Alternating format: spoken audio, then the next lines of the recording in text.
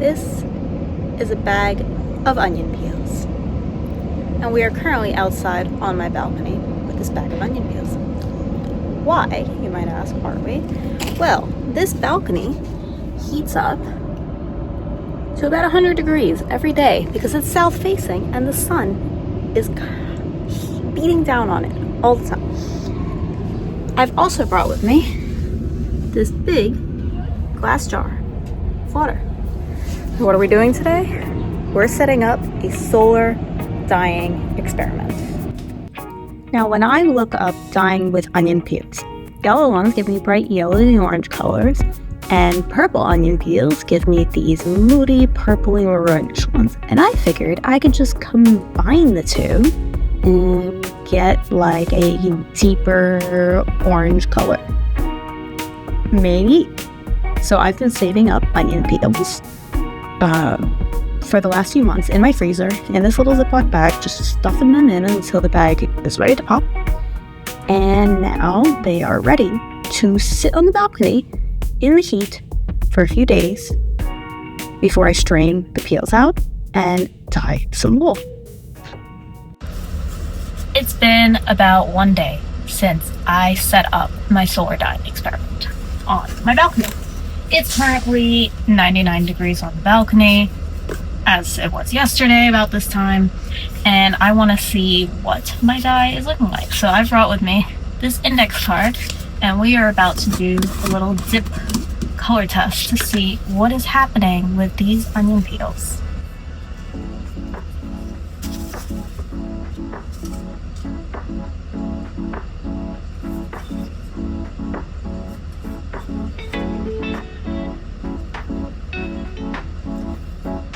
So I'm gonna let it soak in the water a little bit, but I'm gonna bring you over here in a moment and show you the color of the liquid right now. And it smells very onion. This is what it's looking like right now. You can see it is this kind of, I don't know, ambery orange where it's thick, but no, it's certainly still light. The paper is currently absorbing the liquid. I want to give it some time because the index paper is pretty thick, so it takes a little bit for it to actually absorb any color. But just to get a general sense of the direction we're heading in here. So I like that. I mean, I primarily use yellow onion in cooking, so this is very yellow onion peel heavy. Oh, finally that truck's done just idling. Woof. Look at all this steam. Woo. Okay. So I was a little worried that we were going to lean very yellow heavy, but it does seem the purple onion peels are helping make it a bit more orangey. But let it sit and take it out, dry it out, and I'll show you the result. This paper has dried for approximately 45 minutes on the balcony. You can see it is mostly yellow, but it does seem to have a bit of a darker tone to it, a bit more orangey tone.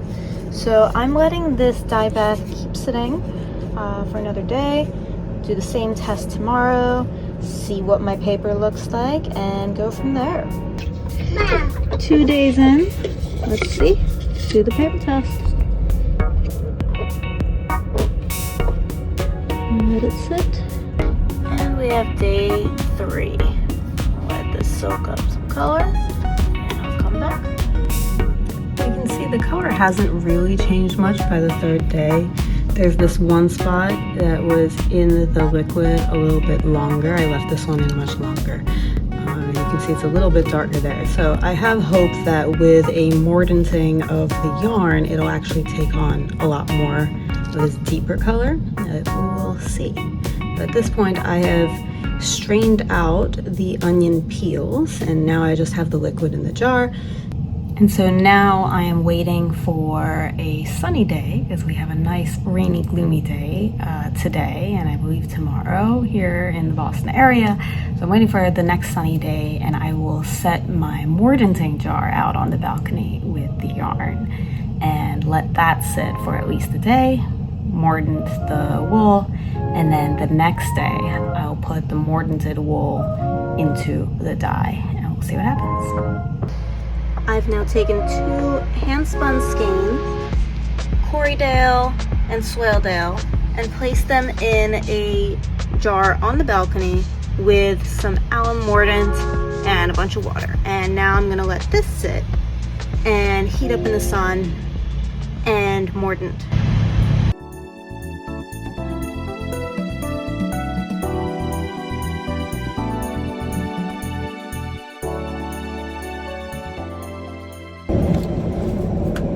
Gloves are coming on.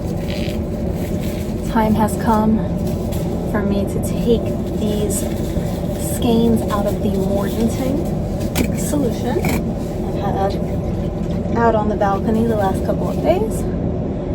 And it's time to transfer into the onion peel dye. So here we go.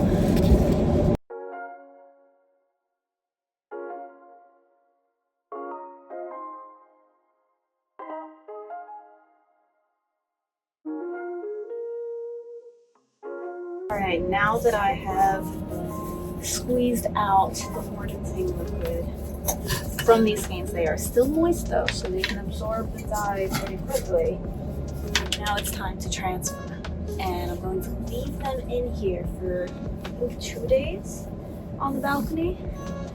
So that they can very properly over the next 2 sunny, you can see it's quite sunny, and it's already over 99 degrees on the balcony, and it's only like 9:30 in the morning. So they can very properly absorb the color. So first off, we have the Corriedale. We'll put that one in. Pour out onion liquid. Ooh. And then we have the Swaledale. Stick that one in on the sides. They'll be side by side, taking up about the same depth together. Look at these forbidden noodles. So you can see the darker one is the Swaledale and the lighter one is the Corriedale. This color is just so beautiful. This very bright orange that you're seeing right now from the onion peels. So very curious to see how the skeins absorb it after this alum mordanting. So we'll give them a couple of days in this dye bath, and we'll come back and take a look after I pull them out. I love the fact that this is a more environmentally friendly way of achieving dyes for your wool, your fabrics, whatever it may be. Already, because like people who are doing natural dyeing are probably a bit environmentally conscious rather than using chemical dyes. They're getting into this as a alternative. So this just adds that extra layer of environmental benefit, right? So I'm very excited to see how the colors come out, because I have done onion peel dyeing before. Now I haven't done a mix of yellow peels and red onion peels, so that's kind of a new component here. But I do have some yarn that I previously dyed with yellow onion peels and had mordanted with alum that I can compare kind of the pungent nature of the color between the two against. So I'm looking forward to that. I'll pull out one of those right now so you can see what it looks like. So this here is my yellow onion peel dyed Corriedale, and I do have a Corriedale in there right now to compare with. Now, to be fair, I did do a light alum mordant on this, and this is one of my earlier dye attempts. So it might be fainter than some other folks could achieve. There we are. But it will be nice to compare this, because I also did a fairly low percentage mordanting on this one, and it did sit out on a balcony that was, because we had some gloomy days, not in the 100-degree range during the day. So we'll see. I'm very much looking forward to comparing it. The day has come to remove the fibers from the dye. Now, I had a fun side idea while I was reviewing this wonderful book, Wild Color by Jenny Day. I went to the section on dyeing with onion. So I'll pull that up and show you. But in her notes on onion, if you mordant with alum and then add iron, you can get this really pretty deep green color. This is where I should be at approximately right now if I just mordant with alum and then dye with onion peels. So, fun idea I had was to take these skeins and like dip half of them into iron mordanted color. So that's what I'm actually going to do today before I fully pull them out. And so I was going back to her modifiers section in the beginning of the book, and under iron modifiers it says that you add it to the dye bath or pot of water insert well. Now I have not done any kind of iron modifying yet, but iron modifiers, it says, improve the fastness of most dyes and tend to make colors darker and what they call sadder. They do saddening. So here she provides examples of saddening of yellow, right? So I'm going to go ahead and do that right now. And what I was reading was you really don't want your fibers, particularly animal fibers, to sit in iron too long because it weakens their structure. So here she says simmer for about 5 minutes. Iron usually takes effect very quickly. It can also be applied without heat to many plant dyes, rinse, and wash fibers. So basically the idea is I'm going to add like a little bit, like a couple tablespoons of this liquid iron that I have in the fridge, which I actually take as a supplement to the dye bath. First I'm going to remove the fibers, squeeze out as much as I can, and then add it to the dye bath and then dip in half of each of the skeins. See if I can get this kind of transitioning back and forth yellow to green out of it. We'll see. But that's what we're going to do right now. Okay, welcome to the balcony. I'm about to pull out these skeins and squeeze out. Oh, this is all nice and warm. Alright. I should probably do this inside. Just kind of gently squish against the side of the jar.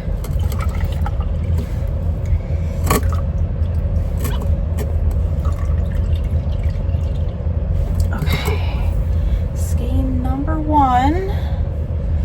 Oh, it's so beautiful. Look at this. This is the Corriedale. It has a very interesting smell, but you can see this beautiful orangey yellow color. That's skein 1.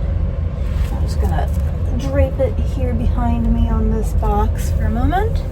And now we're going for skein 2, our Swaledale. Squeeze that one out. And that one, if you remember, it had more dark fibers blended in, so I expect it to be a little bit grayer in tone. Oh no. And here we go. We've got Swaledale. You can see if we put these side by side,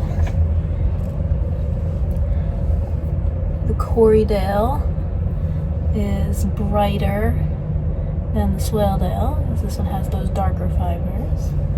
Okay, so here we have our 2 skeins.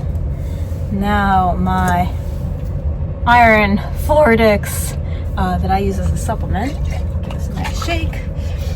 And I'm going, so this cap can hold, it has measurements up to 30 milliliters. So I'm going to do the 30 mils of Floridix, add those into the dye bath, and we'll see what we got.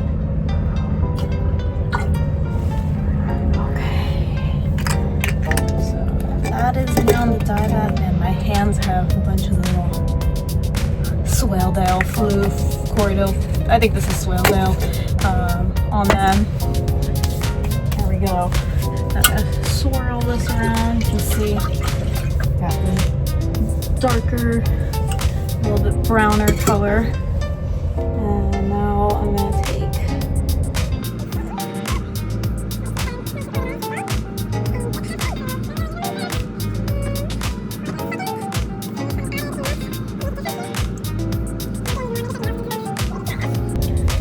need more. Maybe 30 mils isn't enough. Weird, it's not enough.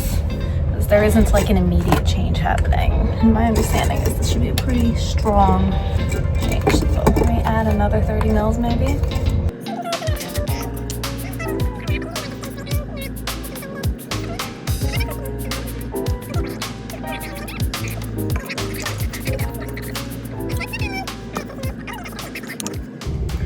All right, it's been 25 minutes. You are not straight. Hello. Okay, it's been 25 minutes and I've decided that is long enough.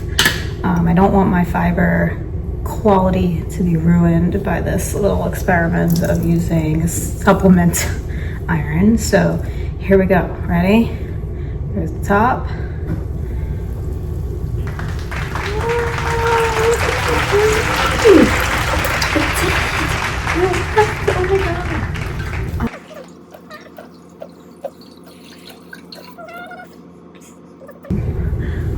Okay, so side by side, I've got the yellow, and it's hard to see on the camera, but in person it's very clear. Yellow, green. Maybe I'll get some better shots if I flip the camera around after I do a rinse, but first let's do a rinse, see what happens.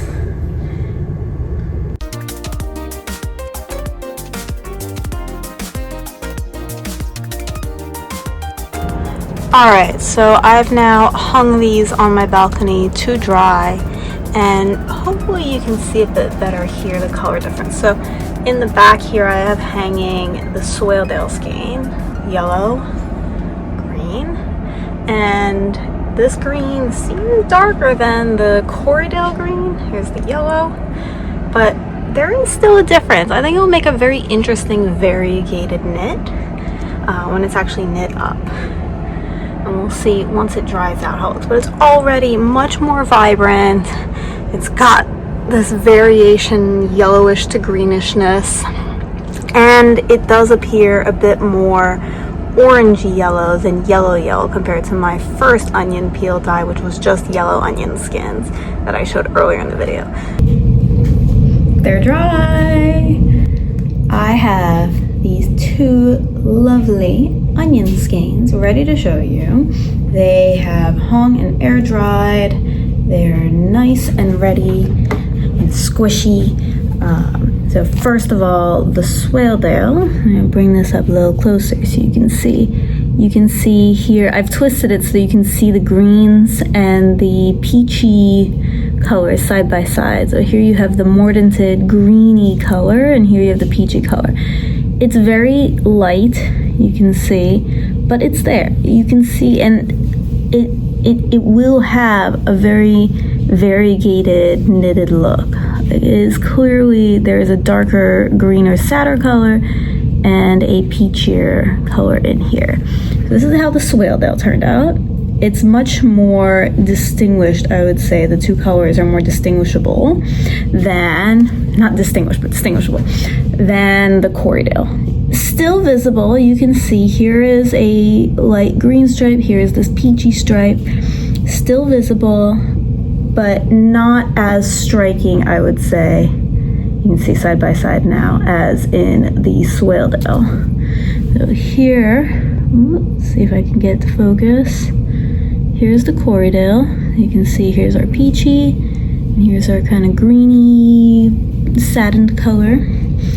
And so now I have these beautiful onion skeins to work with. I have to say I am a bit surprised that one, my dietary iron actually worked. My supplement.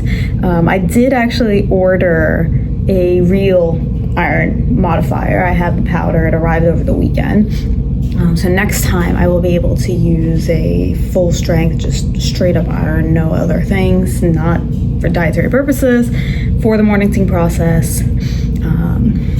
But I am very pleasantly surprised with the amount of color I was able to get out of just placing a jar on my balcony and using the sun's energy to create a dye, to mordant the wool, and to then dye the wool, and then dry it actually. So the whole process I was able to do using the sun's energy. Now I said I would compare this with the originally just yellow onion dyed wool. So I have that here.